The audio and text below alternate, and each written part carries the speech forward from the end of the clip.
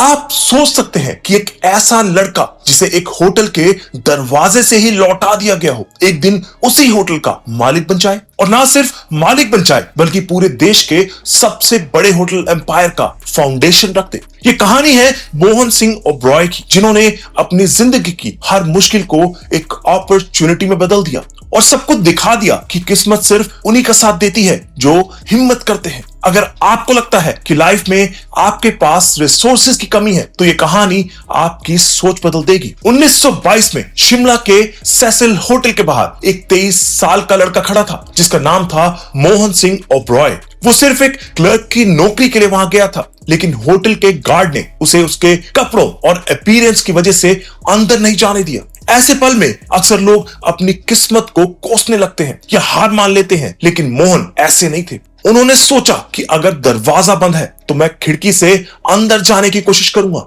वहीं से शुरू होती है एक ऐसे इंसान की कहानी जो स्ट्रगल के हर पड़ाव को पार करता गया और एक एम्पायर खड़ा कर दिया। मोहन सिंह ओबरॉय का जन्म 1898 में अनडिवाइडेड इंडिया के पंजाब प्रोविंस में हुआ।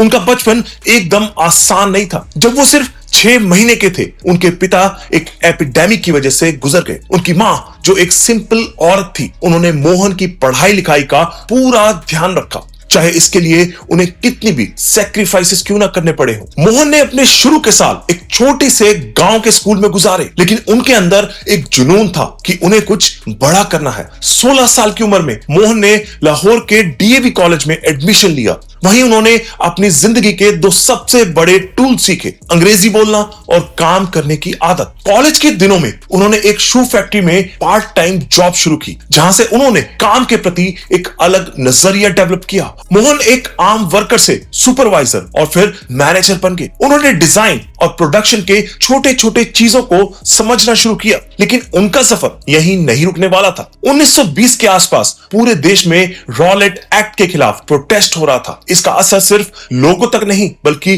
बिजनेसेस तक भी पहुंचा। मोहन के शू फैक्ट्री का बिजनेस भी गिर गया और फैक्ट्री बंद हो गई। एक दिन में वो बेरोजगार हो गए। इस वक्त उन्होंने शादी भी की थी और उनकी एक छोटी सी बेटी भी थी। फैमिली की रिस्पॉन्सिबिलिटी के साथ उनके ऊपर काफी प्रेशर था, लेकिन उन्होंने हार नहीं मानी। ये सबसे बड़ा वक्त था जब उन्होंने एक नए शहर में जाने का फैसला किया, और वो शहर था शिमला। शिमला उस वक्त ब्रिटिश इंडिया की गर्मी की राजधानी थी। हाई रैंकिंग ब्रिटिश ऑफिशियल्स और बड़े टूरिस्ट वहां अक्सर घूमने आते थे, जिस वजह से नौकरी के मौके भी ज्यादा थे। लेकिन यह समय मोहन के लिए आसान नहीं था। शिमला पहुंचते ही उनका पहला इंटरव्यू रिजेक्ट हो गया। वो फ्रस्ट्रेटेड और डिसअपॉइंटेड फील कर रहे थे, लेकिन उन्होंने गिव अप नहीं किया। एक दिन घूमते घूमते वो शिमला के सबसे शानदार होटल सेसिल के बाहर खड़े हो गए। ये होटल सिर्फ एक बिल्डिंग नहीं था, ये एक सपना था जो मोहन ने देख लिया था। लेकिन जैसे ही उन्होंने अंदर जाने की कोशिश की, गार्ड ने उन्हें बाहर रोक दिया।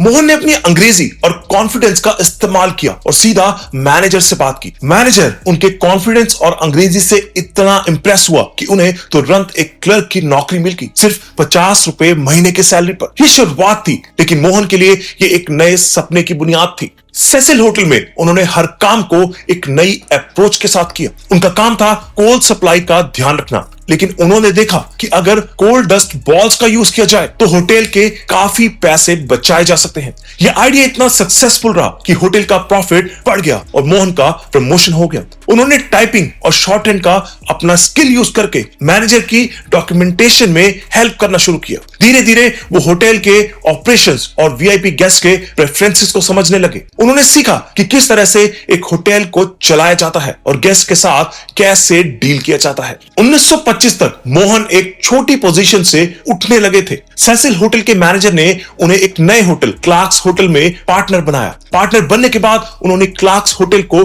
कंप्लीटली ट्रांसफॉर्म कर दिया। लेकिन जब मैनेजर ने होटल बेचने का फैसला किया, मोहन के लिए यह एक बड़ी चैलेंज थी। उन्होंने अपनी पत्नी के गहने बेचकर और हाई इंटरेस्ट लोन लेकर होटल खरीदा। हर मुश्किल के बावजूद उन्होंने होटल को प्रॉफिटेबल बनाया और सिर्फ 2 साल में अपना लोन चुका दिया। लेकिन उनका सपना सिर्फ एक होटल तक सीमित नहीं था। उन्होंने कोलकाता के ग्रैंड होटल को लीज पर लिया, जो एक टाइफाइड आउटब्रेक की वजह से बंद था। मोहन ने ग्रैंड होटल को कंप्लीटली ट्रांसफॉर्म कर दिया। उन्होंने हाइजीन स्टैंडर्ड्स को इंप्रूव किया, इंटीरियर्स को रिस्टोर किया और होटल का रेपुटेशन वापस बनाया। वर्ल्ड वॉर 2 के टाइम उन्होंने अपनी स्ट्रैटेजी का यूज करके होटल को ब्रिटिश आर्मी के लिए प्रॉफिटेबल बनाया और करोड़ कमा लिए। ये सबसे बड़ा टर्निंग पॉइंट था जब मोहन ने अपना एम्पायर एक्सपैंड करने का सोचा। उन्होंने एसोसिएट होटल्स ऑफ इंडिया के शेयर्स खरीदना शुरू किया और इवेंचुअली सेसिल होटल और 8 और लग्जरियस होटल्स अपने नाम कर लिए। ये वही सेसिल होटल था जहां उन्हें एक टाइम पे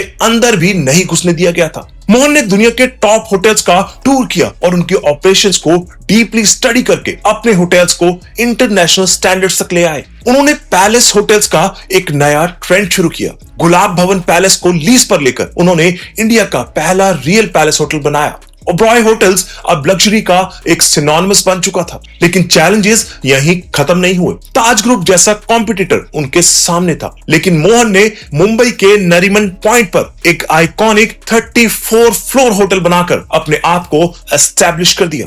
इमरजेंसी के टाइम उन्होंने अरब गेस्ट को टारगेट किया और अपने होटल को उनके लिए अरबिक लैंग्वेज और कल्चर के हिसाब से मॉडिफाई किया। ये स्ट्रैटेजी उनकी इतनी सक्सेसफुल रही कि ओबरॉय ग्रुप ने लोन्स चुकाने के साथ ह्यूज प्रॉफिट्स भी जनरेट किया। मोहन सिंह ओबरॉय का सफर एक मिसाल है कि कैसे डिटर्मिनेशन, विजन और हार्डवर्क से एक इंसान दुनिया का रुख बदल सकता है। एक छोटा क्लर्क जो सिर्फ एक नौकरी के लिए स्ट्रगल कर रहा था, एक दिन पूरे देश के सबसे बड़े लग्जरी होटल एम्पायर का मालिक बन गया। अगर आपको ये कहानी पसंद आई तो वीडियो को लाइक करें, कमेंट करें और चैनल को सब्सक्राइब करना ना भूलें।